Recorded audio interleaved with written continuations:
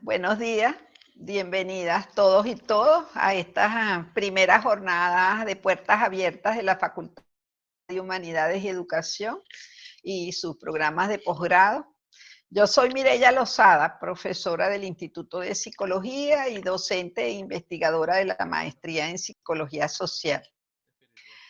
Quiero compartir con ustedes lo que son mis inquietudes de investigación, de docencia, de trabajo de acción colectiva con grupos y sectores que están afectados por las consecuencias de todo un proceso de conflictividad sociopolítica que ha vivido el país y de unas problemáticas bastante agudas en las cuales conversaremos ahora. He llamado mi intervención Reparación Integral y Reconciliación Nacional, Transición Democrática en Venezuela. Quiero hablarles sobre estos desafíos desde el punto de vista democrático que tenemos por delante y desde el punto de vista psicosocial. Venezuela enfrenta una emergencia humanitaria compleja y las consecuencias de COVID-19.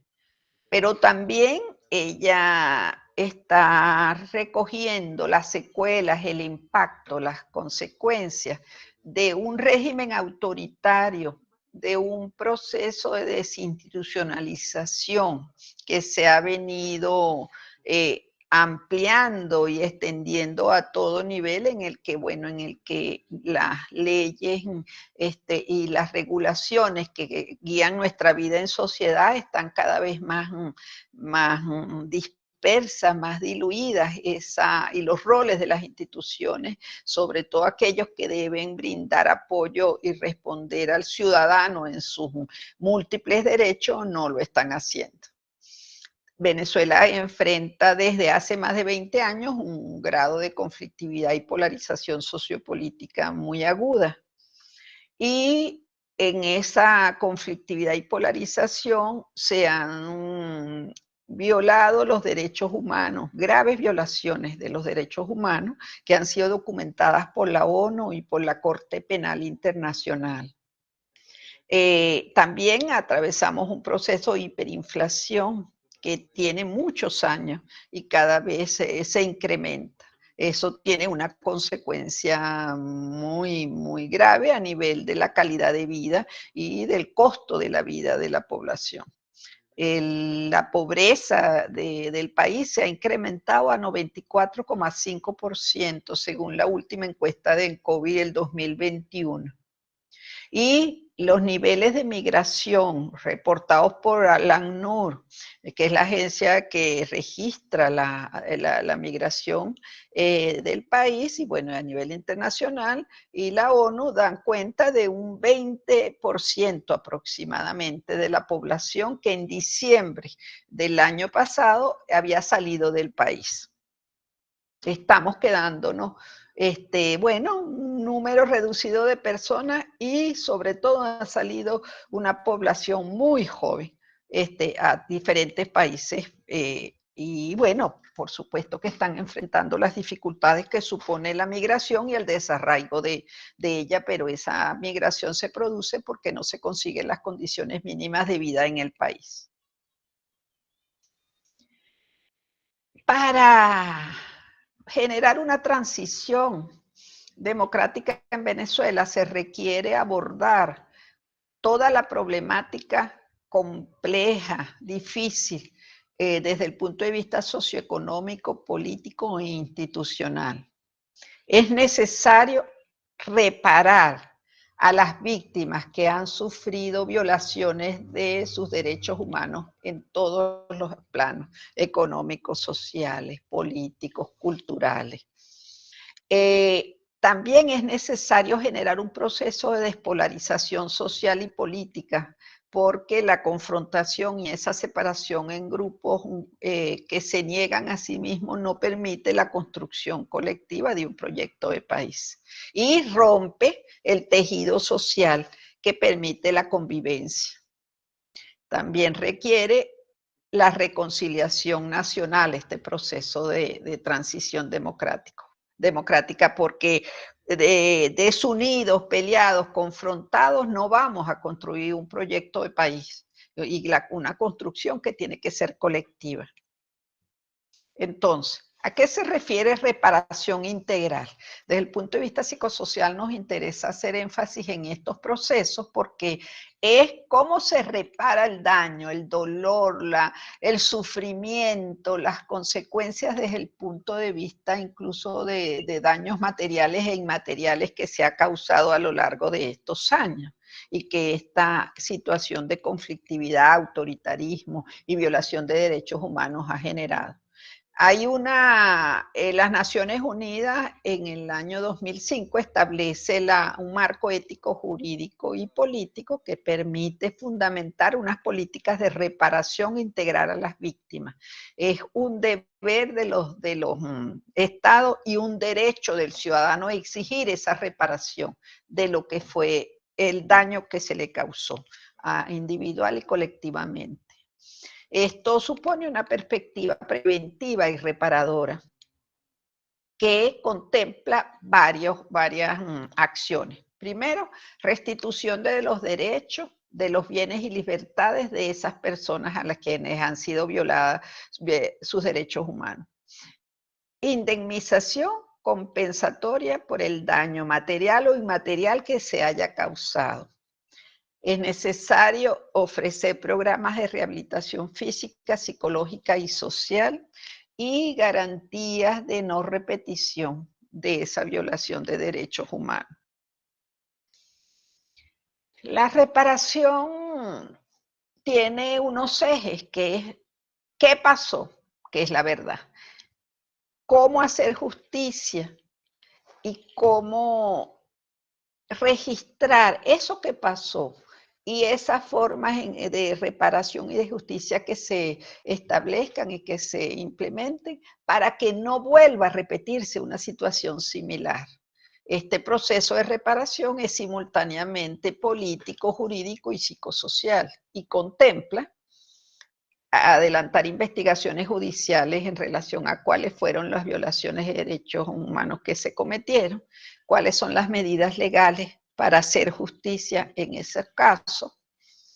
La compensación económica y educativa es justamente, hay varias violaciones que tienen que ver con, bueno, diferentes tipos de daño que se ha causado desde el punto de vista económico o educativo a la población y eso tiene que ser reparado con compensaciones económicas, ¿no? O, por ejemplo, los niños que han dejado de asistir a sus escuelas, las propiedades que han sido expropiadas, todo esto contempla unos niveles de compensación económica y educativa. También se requiere en este proceso de reparación adelantar programas de atención médica, psicológica y espiritual para sanar esas heridas psicológicas y físicas que se han generado por este daño, las muertes causadas, las heridas, los enfrentamientos de grupos y el daño físico y psicológico pues, que se ha generado. También incluye conmemoraciones y acciones simbólicas, reformas judiciales, para que no se repita estas situaciones y estas violaciones de derechos humanos. El otro gran proceso es el de reconciliación. ¿Qué entendemos por reconciliación? No es fácil el tema de reconciliación. Cuando uno habla de esto, los grupos con los que trabajamos dicen no podemos reconciliar, no es mucho daño el causado. Hay como una, o sea, sienten que el daño, o sea, no se puede reparar el daño, por ejemplo, causado con la muerte de un familiar o con las pérdidas de, bueno, de toda una vida, de ese desarraigo que está generando la migración. Hay muchos duelos y muchos daños de toda naturaleza que se ha producido en este periodo. Entonces, sin embargo, es necesario considerar que es importante la sanación, la reparación, porque si no, no podemos seguir, vamos a tener ese resentimiento, ese dolor, ese malestar que nos va haciendo aún más daño y tiene un impacto a nivel de nuestra salud psíquica y física. Entonces, bueno, la reconciliación tiene diferentes concepciones y toca aspectos psicológicos, sociológicos, teológicos, filosóficos,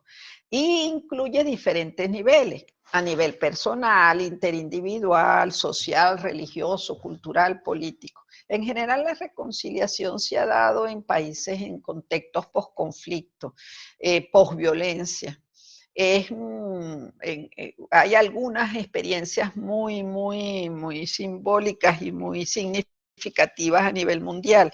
Por ejemplo, todos los procesos de reconciliación que se dieron en África del Sur con Mandela como líder que lideraba ese proceso de reconciliación que se dio luego del apartheid. Y así en Guatemala, en varios países de América Latina se han adelantado procesos de reconciliación en situaciones post-conflicto. La reconciliación debe acompañarse de procesos de democratización y desarrollo porque toda esta conflictividad y esta confrontación pues deja huellas a nivel socioeconómico, pero también porque se han afectado los derechos humanos, entonces en ese sentido los procesos de reconciliación tienen que ir paralelamente a los de democratización y las apuestas al desarrollo. Ahora, ¿qué entendemos nosotros desde el punto de vista psicosocial por reconciliación? Es un proceso que tiende a reconstruir los vínculos entre las personas, entre los grupos, entre los sectores sociales y políticos que han sido rotos a causa de distintos tipos de conflicto y de violencia. Ese proceso puede ser entre las mismas familias que se han peleado por posiciones políticas distintas o por tensiones generadas en la conflictividad o por la precariedad o por la confrontación. Pero también entre sectores de sectores económicos, sociales, religiosos, militares, de todos los sectores en el país que también han tenido conflictos y que se han separado y que manejan un nivel de confrontación que no permite el trabajo conjunto, pues es necesario reconstruir esos vínculos entre esas personas, esos grupos y esos sectores. Y entonces, bueno, ese proceso de reconstrucción permitirá que se transforme una conflictividad, una división que se ha dado hasta ahora por la unión, el trabajo conjunto, que favorezca la democratización y la paz. Todo esto tiene que ver con algo que se llama reconstrucción del tejido social. El tejido social es como, bueno, pensemos en una tela, el tejido es toda esa cantidad de hilos que están cruzados y que mantienen entonces en el caso de lo social, es una metáfora lo del tejido, porque son como vínculos, ese tejido permite convivir, compartir, etcétera. Cuando se rompen esos vínculos, esos hilos, entonces comienzan los conflictos y la desunión, la confrontación y el trabajo conjunto y la unión pacífica y democrática no se puede realizar. Entonces, en ese sentido se habla de reconstruir ese tejido social. En el caso de Venezuela necesitamos, bueno, entender qué pasó, por eso hablamos de contextualización sociohistórica del conflicto. ¿Cuáles fueron las causas estructurales y coyunturales de ese conflicto?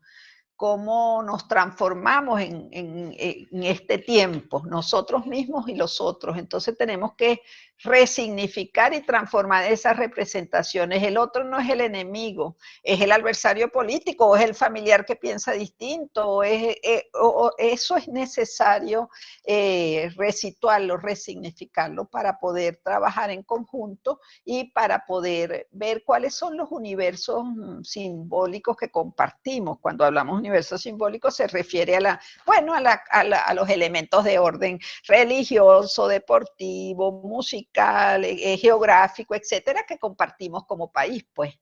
Entonces tenemos que impulsar prácticas ciudadanas y acciones colectivas que ayuden a esa reparación integral y a la reconstrucción democrática. Generando espacios de diálogo y de acción política, pero plurales, espacios en el que nos escuchemos y no descalifiquemos al otro porque piensa distinto, porque el pensar la pluralidad de posiciones e ideologías es la democracia. Entonces no podemos negarla anclándonos y atrincherándonos en nuestra propia postura y descalificando a los otros.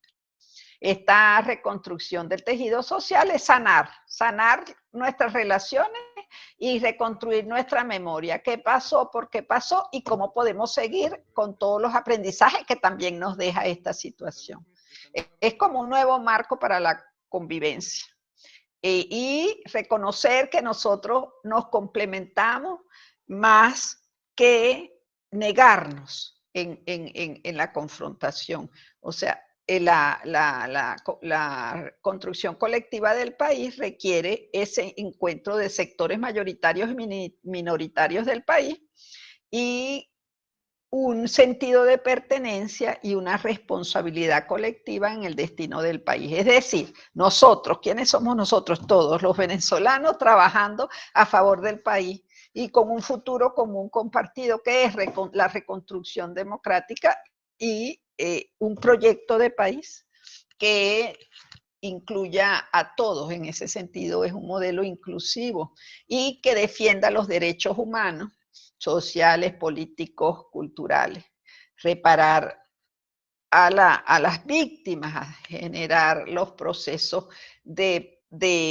justicia, porque sin justicia no hay paz y sin paz no hay reconciliación posible. Entonces se trata de adelantar esos procesos de reparación integral, de participar y movilizarnos como ciudadanos a favor de una autonomía institucional, a favor de una identidad que nos reconozca a todos como venezolanos y a favor de un proyecto de país común, ¿no? Eso va a reforzar nuestra identidad que ha sido y está siendo muy afectada, no solo con la migración, sino con esa separación y esa confrontación a lo largo de estos más de 20 años. También necesitamos erradicar unas prácticas culturales que refuerzan la viveza criolla y la corrupción y que entonces privilegiamos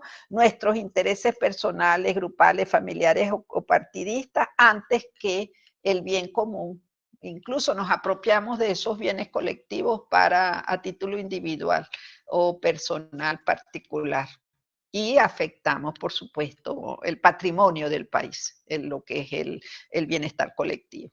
Hay que educar en valores para superar esa viveza criolla y la corrupción. Bueno, se trata de transformar la confrontación por la unión y por la acción colectiva. Bueno, esa es la esperanza y el norte ético del cambio. Es a eso a lo que estamos invitándolos, es lo que nos estamos invitando todos, diferentes organizaciones que están trabajando en Venezuela, porque uno se pregunta, bueno, nada, esto, ¿qué más vamos a hacer? Porque en muchas ocasiones es como la desesperanza que toma a unos y a otros en relación a que por más que hagas no hay cambio o que esos cambios no se mantienen, ¿no? Claro que sí, y están adelantándose cantidad de iniciativas. Es impresionante cuando uno va consiguiendo que en medio de tal precariedad, de tal pobreza, de tal desempleo, de esa hiperinflación, de todo lo que estamos confrontando como país, sin embargo se está trabajando en diferentes diferentes espacios, en diferentes regiones del país, en diferentes organizaciones, grupos, redes de apoyo, de grupos que se acompañan en estos procesos y están, bueno, generando nuevos emprendimientos, nuevas acciones, trabajando en el área educativa, en el área social, en lo político, en lo económico, y a esa apuesta colectiva tenemos que seguirla reforzando y orientando a través de unos ejes estratégicos de acción que apuesten a la democracia y a la paz, ¿no? Bueno, eso es lo que quería compartir con ustedes y invitarlos a que si tienen alguna pregunta, una duda, una sugerencia, una propuesta, nos las hagan llegar a través de mi correo electrónico mirellaloza@gmail.com y yo les contestaré. Estaremos, bueno, dialogando por esta vía que ha abierto el posgrado para mantenernos con las puertas abiertas al cambio, porque es esa puerta está abierta, es a la democracia, a la paz, al cambio, al crecimiento individual y colectivo y a la sanación, porque necesitamos sanar esas heridas físicas, psicológicas, que nos ha dejado esta conflictividad y todos los cambios que se han dado en el país en estos últimos años.